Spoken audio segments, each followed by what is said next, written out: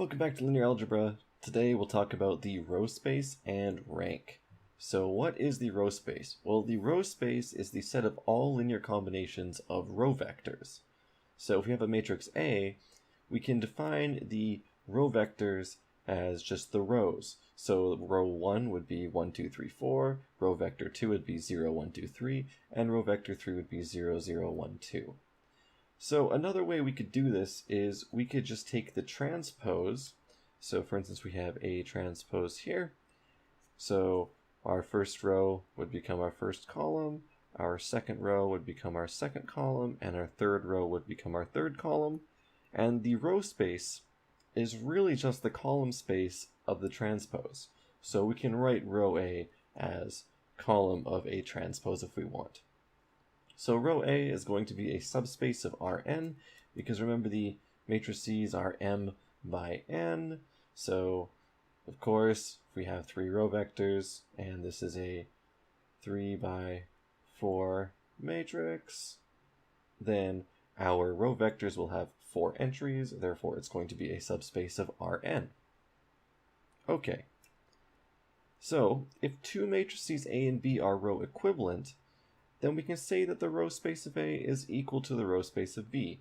So for instance, let's find the row space of A, given that A is this matrix and B is the matrix on the right, and of course A is going to be equivalent to B. So we can row reduce A to B. Okay, well, we see 2 pivot columns in B. We see, well, I guess we should say we see 2 pivot rows here. So we have the first row and the second row. So we can say that the row space of A is just the set containing 2 row vectors. So this is going to be 1, 0, negative 1, 5. And sometimes I'll denote the row vectors with just the transpose. So I'll write them as a column vector, say transpose, and this just means row vector. So this would also be 0, negative 2, 5, and negative 6 transpose.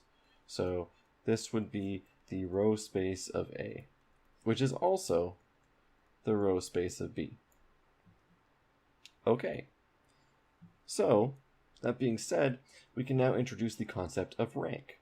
So the rank of A is just the dimension of the column space of A. So the rank is the dimension of the column space.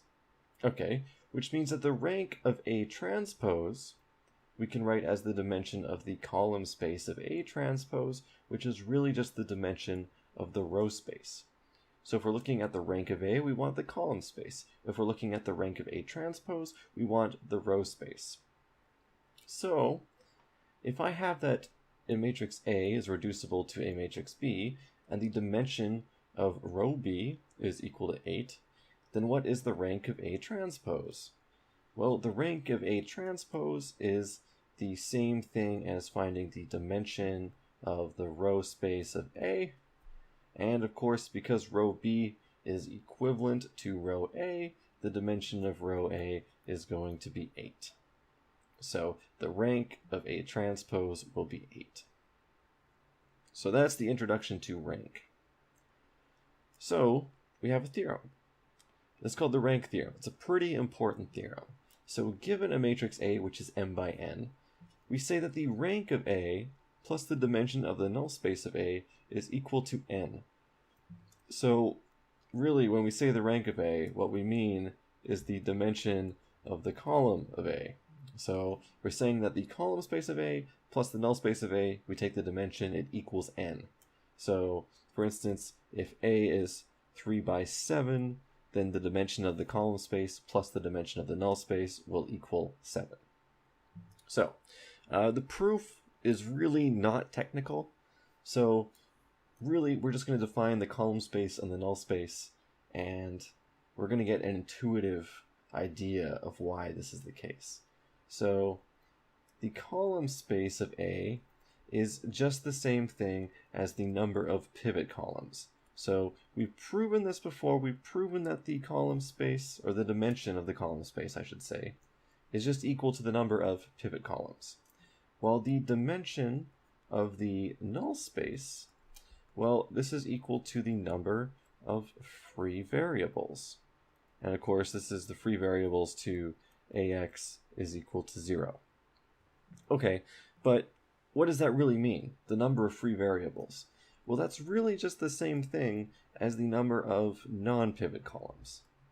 So what we see here is when we add the dimension of the column space plus the dimension of the null space, really what we're getting is the number of pivot columns plus the number of non-pivot columns. So really what we're just getting in the end when we add these two together is the number of columns. So if A is m by n, that means there's m rows and n columns. Well, then clearly the number of pivot plus the number of non-pivot is going to equal the number of total columns, which just happens to be n. So the dimension of the column space plus the dimension of the null space will equal n. Okay, so this will hold for any m by n matrix. So with this, let's test your understanding. If a null space of a 7 by 6 matrix is 5-dimensional, what is the rank of A? Okay, so we have, let's see, there's going to be 6 columns total here. Let's do this in pink. And the dimension of the null space is 5. So we need to find the rank of A. So the rank of A plus 5 is equal to 6. So what is the rank of A? Well, the rank of A then must be equal to 1, since this is the same thing as the dimension of the column space plus the dimension of the null space. So clearly, if we have 5 free variables, then we're going to have 1 pivot column. So that is a pretty straightforward question there. Now the next one requires a little bit more thought. So if A is 6 by 4, what's the smallest possible dimension of null A? Well, we can draw this, so we can take a look here. It's going to be 6 by 4, so we're going to have, let's see here, we're going to have 6 rows, and we're going to have 4 columns. So the null space is the number of non-pivot columns, but here all we have are 4 columns, so we can have a pivot column in each row, so we can have 4 pivot columns. It's possible. Therefore, the smallest possible dimension of the null space could be 0, because it could just happen that the dimension of the column space of A is equal to 4. So this is possible in this matrix A, which is 6 by 4. Okay, so that's a theoretical introduction to row spaces and ranks. If you have any questions, please leave them in the comments below. There's not too many computation questions I can give you for this section, other than finding linearly independent sets of row vectors, which really we've done before, so I've kind of decided to skip that. But I might put it on one of my practice midterms. I don't know. So if you have any questions, leave them in the comments below, and I'll answer them the best that I can.